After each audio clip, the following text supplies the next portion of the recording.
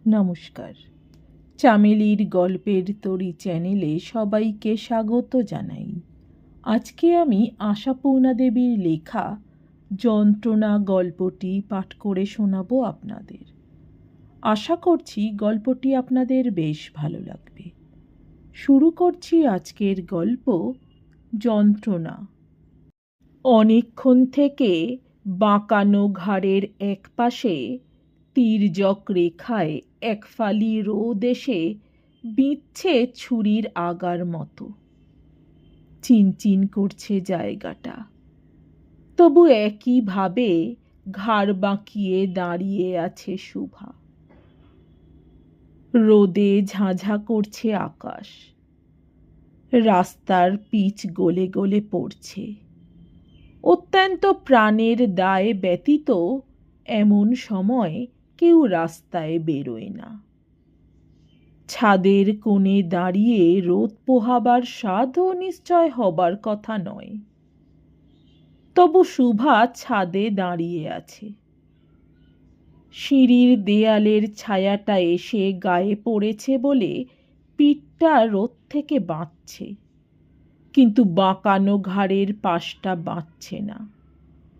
অথচ ঘাড়টা ওভাবে বাঁকিয়ে তেরছা করে না ঝুঁকে দাঁড়ালে দেখা যাবে না মোড়ের মাথায় কেউ আসছে কিনা।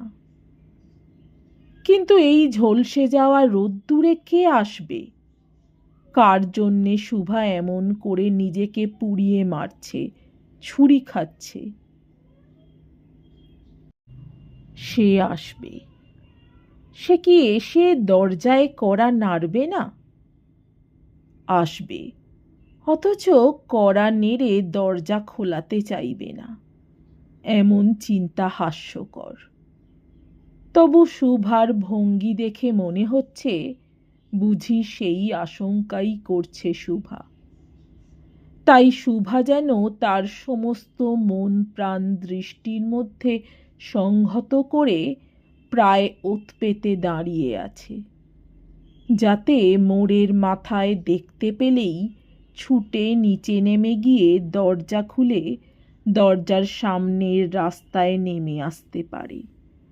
একবার দেখতে পেলে আর পালাবে না নিশ্চয়। অথচ এটুকু ভাবছে না শুভা।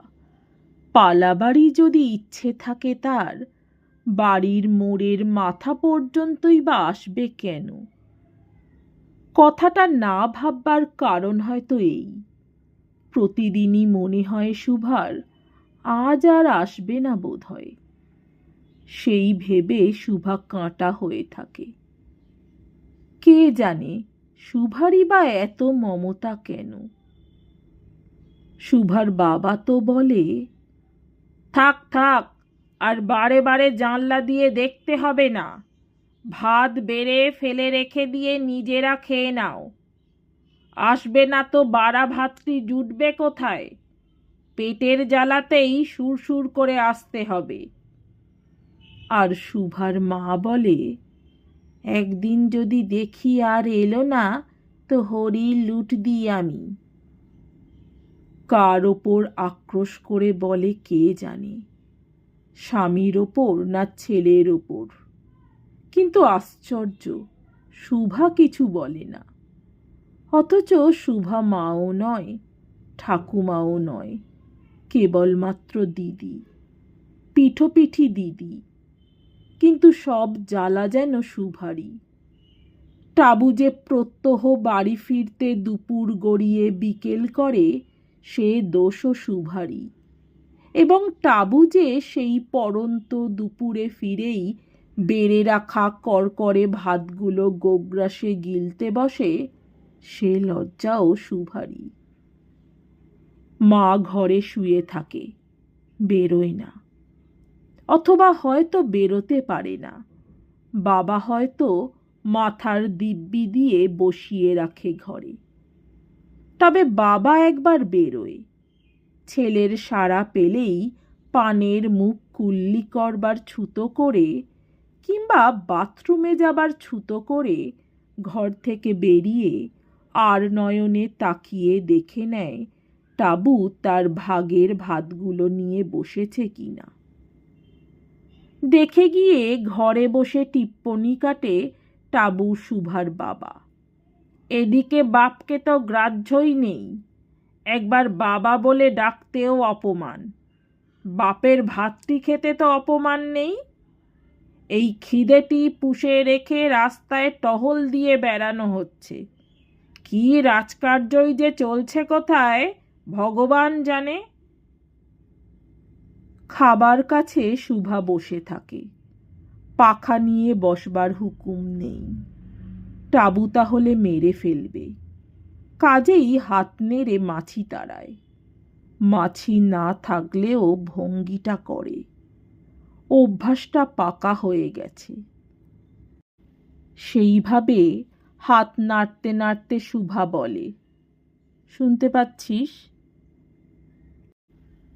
টাবু জলের গ্লাসটা মুখে তুলে বলে, পাবো না কেন?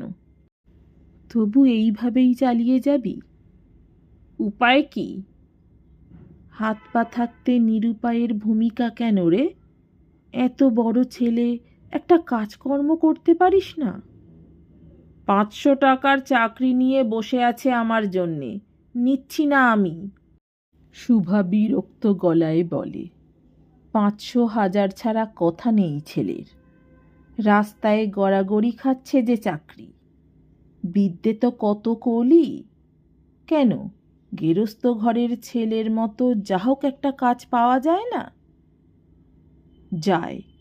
টাবু থালা চেঁচে পুছে শেষ গ্রাসটি পর্যন্ত খেয়ে নিয়ে বলে, পিয়নের কাজ পাওয়া যায়, লোয়ার ডিভিশন ক্লার্কের চাকরি পাওয়া যায়। তা সেটাই করবি? যা বুঝিস না তা নিয়ে কথা বলিস না দিদি। তাই তো, দিদি কিছু বোঝে না, আর তোর খুব বুদ্ধি। তাই রোজ এক মুঠো ভাতের জন্যে এই অপমানগুলো হজম করিস। টাবু দিদির রাগ দেখে হেসে ওঠে।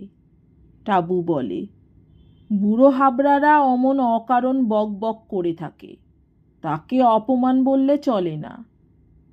কিন্তু সেই সকাল থেকে এই বেলাটা পর্যন্ত করিস কি বলতো? সেও তুই বুঝবি না। শুভা হয়তো টাবুর এঁটো থালাটা তুলে নিয়ে চলে যেতে যেতে বলে, তা ঠিক, তোমাদের মতো মহাপুরুষদের কার্যকলাপ বোঝবার মতো ক্ষমতা আমার নেই। গেরস্থ ঘরের ছেলে, কোথা থেকে একপাল রাস্তার গুন্ডার সঙ্গে মিশে। শুভা চলে যায়, কথার শেষটা শোনা যায় না। টাবু বোধ করি দূরস্থিত দিদিকেই শোনাতে চেঁচিয়ে বলে, লোকে কথায় বলে, এ কি তোর বাপের জিনিস পেয়েছিস? তা বাপের বাড়িতে থাকবো, বাপের ভাত খাবো, এতে লজ্জা কি রে দিদি, লজ্জা কি? ঘরের মধ্যে থেকে টাবু শুভার বাপ ভূমিশয়ান স্ত্রীর দিকে তাকিয়ে বলে, শুনছ হারামজাদার কথা? টাবু শুভার মা পাশ উল্টে বলে, আমার ঢের শোনা আছে, তুমিই শোনো। এতদিন আপিস যেতে, শুনতেও পেতে না, দেখতেও পেতে না, এখন রিটায়ার করে ঘরে বসে আছো, দেখো শোনো। আজ কিন্তু ব্যাপার বেশি ঘোরালো। আজ কর্তা গিন্নিতে সকালবেলা একটি খণ্ড প্রলয় হয়ে গেছে। কারণটা অবশ্য টাবু নয়, গিন্নির পিত্রালয়ের কোনো শুভ অনুষ্ঠান বাবদ লৌকিকতার দরদাম নিয়ে হয়েছিল শুরু, কিন্তু শেষ হয়েছে ওই টাবুকে দিয়েই। সাধারণত যা হয়, সমস্ত সমস্যার মূলই যে টাবু, সেটাই প্রমাণিত হয়। গিন্নির বঞ্ঝির বিয়েতে সস্তা মার্কা শাড়ির বরাদ্দ শুনে আগুন হয়ে উঠেছিলেন গিন্নি। কর্তা তার ওপর আর এক কাঠি আগুন হয়েছেন, এবং সেই আগুন থেকে লাভা স্রোত প্রবাহিত হয়েছে। তা আমি আর কত যোগান দেব? কোথা থেকে? চুরি করব না ডাকাতি করব? রিটায়ার করেও লোকে আবার চাকুরি বাকরি করে, এই কথা শোনাতে এসেছো তুমি আমাকে? বলি, তোমার ওই জোয়ান মদ্য ছেলে যে শুধু দুবেলা গান্ডে পিণ্ডে গিলছে আর রাস্তায় রাস্তায় দাগা ষাঁড় হয়ে বেড়াচ্ছে, তাকে কিছু বলতে পারো না? তিনি পুলিশকে ইট ছুঁড়বেন, সরকারের বাসে ট্রামে আগুন ধরাবেন, রেল লাইনও পোড়াবেন, আর আমি বেটা তার পিণ্ডি জোগাবো। তাকে বলতে পারো না, ওরে বাপের বাড়িতে আমার মুখ উজ্জ্বল করতে 500 টাকার লৌকিকতা দেবার ইচ্ছে হয়েছে, তুই উপযুক্ত ছেলে, তার ব্যবস্থা কর। গিন্নি ধেই ধেই করে বলেছিল, ন্যাকামি রাখো, সে আমার সবই করছে। করছে না তার ঘাড় করবে, আশকারা পেয়ে মাথায় উঠেছে তাই এতবার। আসল জায়গায় মুগুর মারলেই ঠিক শায়েস্তা হয়ে যাবেন বাছাধন। তারপর কথায় আরও কথা বেড়েছে এবং গৃহকর্তা আদেশ জারি করেছেন, আবার যদি তুমি ওই ছেলের ভাত রাঁধবে তো ছেলের মরা মুখ দেখবে। বটে, এত বড় দিব্যি? গৃহিণীও আধফুটন্ত ভাতের হাঁড়ি গামছা দিয়ে ধরে এনে উঠোনে আছড়ে ছুঁড়ে দিয়ে বলেছেন, ঠিক আছে, পিণ্ডি কারোরই গেলবার দরকার নেই। তারপর নিজের দুখানা কাপড় গুছিয়ে নিয়ে রিকশা ডেকে কোথায় চলে গেলেন, হয়তো বাপের বাড়ি, নয়তো বোনের বাড়ি, মোল্লার দৌড় মসজিদ পর্যন্ত ছাড়া আর কোথায়। খানিক পরে কর্তাও ধুত্তর সংসারের নিকুচি করেছে বলে আধময়লা পাঞ্জাবিটা গায়ে চড়িয়ে বেরিয়ে পড়েছেন। শুভা নামের যে একটা নিরুপায় জীব পড়ে আছে এ সংসারে, তার কথা চিন্তামাত্রও না করে। নিরুপায় বললেও হয়তো কিছুই বলা হয় না, হাত পা বাঁধাই। বাপ বিয়ে দেয়নি, লেখাপড়া শেখায়নি, অথচ উঠতে বসতে ধিক্কার দেয় বুকে পাথর হয়ে বসে থাকার জন্যে। মা রান্না বাসন মাজা শিখিয়েছিল ছোটকাল থেকে, সেইগুলোর দায়িত্ব চাপিয়ে দিয়ে নিশ্চিন্ত আছে। এতটুকু ত্রুটি দেখলে রসাতল করে। ছেলের জন্যে তার অহরহ জ্বালা, কিন্তু ছেলেকে হাতে পায় না। তাই তোমরা তোমরা করে সব ঝাল মেয়ের ওপর ঝাড়ে। কিন্তু আজ সেই অভ্যস্ত কাজগুলো করার সুযোগ নেই শুভার। পাছে শুভা আবার ভাত রেঁধে বাপকে দেয়, তাই শুভার মা কারুকে গিলতে হবে না বলে ভাঁড়ারে চাবি লাগিয়ে সে চাবি নিয়ে চলে গেছে। তারপর বেলা বাড়ছে, রোদে ঝাঁঝা করছে আকাশ, রাস্তার পিচ গলে গলে গড়াচ্ছে, আর শুভা নামের হাত পা বাঁধা জিপটা ছটফটিয়ে ঘুরে ঘুরে শেষে ছাদের কোণে গিয়ে দাঁড়িয়ে আছে, যেখান থেকে রাস্তার মোড়টা দেখা যায়। অনেকক্ষণ পরে যখন ঘাড়ের চিনচিনানিটাও থেমে গেছে, অসাড় হয়ে গেছে জায়গাটা, তখন সেই আকাঙ্ক্ষিত মূর্তিটি দেখা গেল। শুভার তো তখন ছুটে আসবার কথা, কিন্তু হঠাৎ শুভাকে ধুলো ভর্তি ছাদটায় বসে পড়তে দেখা গেল সিঁড়ির দেওয়ালে পিঠ দিয়ে। একটুক্ষণ পরে মুখের ঘাম মুছতে মুছতে নেমে এলো, দরজাটা খুলে দাঁড়ালো। টাবুর পরনে একটা টেরিলিন ট্রাউজার, একটা নাইলন শার্ট। টাবুর সমস্ত শরীরটা ঘামে ভেজা, টাবুর মুখটা আগুনে ঝলসানো বেগুনের মতো। টাবু তার সেই ঘামে সপসপে জামাটা সাবধানে খুলতে খুলতে বলে, পেটের মধ্যে খাণ্ডব দাহন হচ্ছে দিদি, নৈবেদ্যিটা আগে রেডি কর। শুভা চুপ করে দাঁড়িয়ে থাকে দেয়ালে ঠেস দিয়ে। টাবু দিদির ভাবান্তর লক্ষ্য করে না। একটা ছেঁড়া তোয়ালে নিয়ে উঠোনে নেমে যায়। তারপরই টাবুর উদ্দাম গলা শোনা যায়, ব্যাপারটা কি? চৌবাচ্চায় এক ফোঁটা জল নেই কেন? আরে ছিপিটাই খোলা। ঘটনাটা কি ঘটেছে বলতো? ঘটনাটা কি ঘটেছে সেটা এখন বুঝতে পারছে শুভা। বুঝতে পেরে পাথর হয়ে যাচ্ছে। তাই বাবা বেরোবার মুখে উঠোনে নেমেছিল মনে হচ্ছে। আশ্চর্য এই বাপ শুভাদের। এর উদ্দেশ্যেই বলতে হবে, পিতা স্বর্গ, পিতা ধর্ম, পিতাহি পরমন্তপ। টাবুর করুণ আক্ষেপ শোনা গেল, যা চলে, নো আনসার। ছিপিটা বুঝি আজ চৌবাচ্চায় না দিয়ে বাড়িশুদ্ধ সবাই কানে লাগিয়েছে। উহ, সর্বাঙ্গে 100 কাঁকড়া বিছে কামড়াচ্ছে, আর এখন কিনা চৌবাচ্চায় এক ফোঁটা জল নেই। শুভা বলে উঠতে পারে না। ছিপি ঠিক জায়গাতেই দেওয়া হয়েছিল রে টাবু। এক চৌবাচ্চা জল হয়েছিল। তবে আমাদের পূজনীয় পিতৃদেব তোর ওপর আক্রোশ করে জলটা ছেড়ে দিয়ে চলে গেছে। না, এমন ঘৃণ্য কথাটা মুখ দিয়ে বার করতে পারে না শুভা।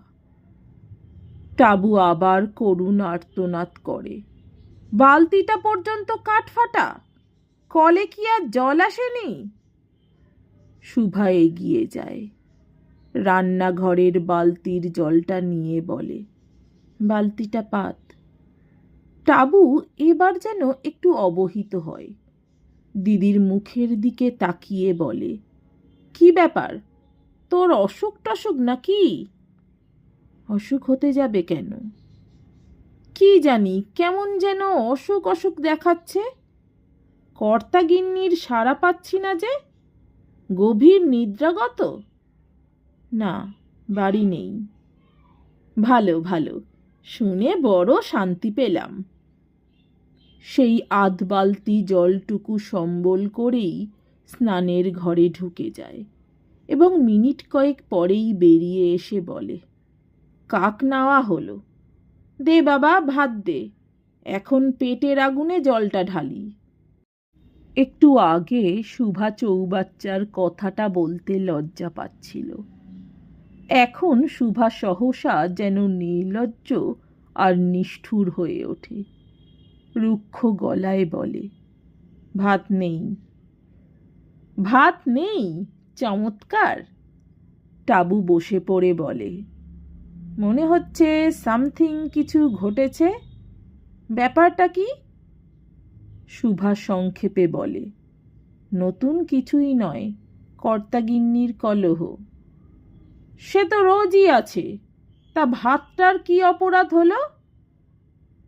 গিন্নি রাধা ভাত উঠোনে ফেলে দিয়ে বাপের বাড়ি চলে গেছেন। কর্তা চৌবাচ্চার জল ছেড়ে দিয়ে বোধহয় ভাইয়ের বাড়ি। হো তাই? টাবু ছিটকে দাঁড়িয়ে ওঠে। ভালো লাগে না আর রোজ রোজ এই মান অভিমানের রেলা। এই চললাম, আর নয়, দেখি আর কোনো চুলো জোটে কিনা। শুভার মুখে একটা মৃদু হাসি ফুটে ওঠে। তোর আর জুটবে না কেন? তারপরই হঠাৎ ক্রুদ্ধ গলায় বলে ওঠে, এই টেবো, খবরদার, বেরিয়ে যাবি তো খুন করব। চিঁড়ে ভিজিয়ে রেখেছি, বস খেতে। না না, ওসব চিঁড়ে ফিরে দরকার নেই, টাবু হিংস্র গলায় বলে। কর্তাগিন্নি ফিরলে তাদের বসিয়ে দই চিঁড়ে খাওয়াস। আমি আর এদের সংসারে জলগ্রহণ করছি না।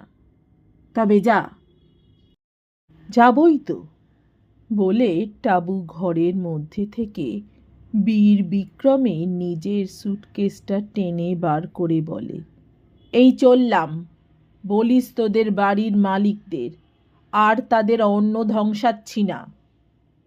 হঠাৎ থমকে দাঁড়িয়ে পড়ে সন্দেহ সন্দেহ গলায় বলে, তুইও তো খাসনি মনে হচ্ছে। আমি? পাগল? শুভা দৃঢ় গলায় বলে। আমার খাওয়া দাওয়া কখন হয়ে গেছে? তাহলে তো ভালোই, বলে হঠাৎ সুটকেসটা না নিয়েই বেরিয়ে যায়। দমাস করে দরজার শব্দ হয়। শুভা বোকার মতো তাকিয়ে থাকে। সুটকেসটা তবে হিঁচড়ে বার করলো কেন টাবু? দিদি খেয়ে নিয়েছে শুনে কি তার এমনই ধিক্কার এসে গেল যে ওটা রেখেই চলে গেল? শুভা বসেই ছিল। কিছুক্ষণ পরে আবার সশব্দ ভঙ্গিমায় প্রবেশ করে টাবু। হাতে বড় একটা খাবারের ঠোঙা। সহজ গলায় বলে, 2 গেলাস জল আনবি কি? আর 2টো ডিশ দে। শুভা ওর দিকে নির্নিমেষে তাকিয়ে বলে, বললাম না আমার কখন খাওয়া দাওয়া হয়ে গেছে? টাবু খাবারের ঠোঙাটাই ছিঁড়ে দুভাগ করে দুপ্রস্ত খাবার সাজাতে সাজাতে বলে, তা সে কথা কি আমি অবিশ্বাস করছি? অনেকক্ষণ আগে খেয়েছিস, এখন টিফিন খা। শুভা অবাক হয়ে তাকায়। শুভা কোনো দিন জানত ওই বেপরোয়া, আত্মকেন্দ্রিক আর উদাসীন ছেলেটার মধ্যে এমন একটি মমতার প্রাণ আছে? শুভা অন্যদিকে মুখ ফিরিয়ে বলে, পয়সা পেলি কোথায়? পয়সা? এই কটা পয়সার জন্য এমন প্রশ্নটা করলি দিদি? এই কটা পয়সাও যদি পকেটে না থাকে তো বেঁচে ঘুরে বেড়ানোর কোনো মানে থাকে? পয়সা পকেটে না থাকলে জীবনের কোনো মানে থাকে কি না শুভার জানা নেই। তাই শুভা বলে, কিন্তু পাবারও তো একটা পথ থাকা চাই। কোথা থেকে জোটাস? অন্যের পকেট মেরে? তা প্রত্যক্ষে না হলেও পরোক্ষে তো বটেই। টাবু উঠে বলে, একজনের পকেট ভরা মানেই অন্যের পকেট মারা। থাক এখন তত্ত্ব কথা, খাতো। বলে নিজে খেতে থাকে। শুভা এই হৃদয়টুকু অবহেলা করবে কোন অহংকারে? কবে শুভা অনেক পেয়েছে যে সামান্যই কিছু এসে যায় না তার? কচুরি আর আলু তরকারির পাতাটা টেনে নিয়ে বসে পড়ে শুভা। রুদ্ধ গলায় বলে, ইচ্ছে করলেই তো রোজগারপাতি করে সহজ সুস্থ মানুষের মতন হতে পারিস টাবু। সহজ সুস্থ?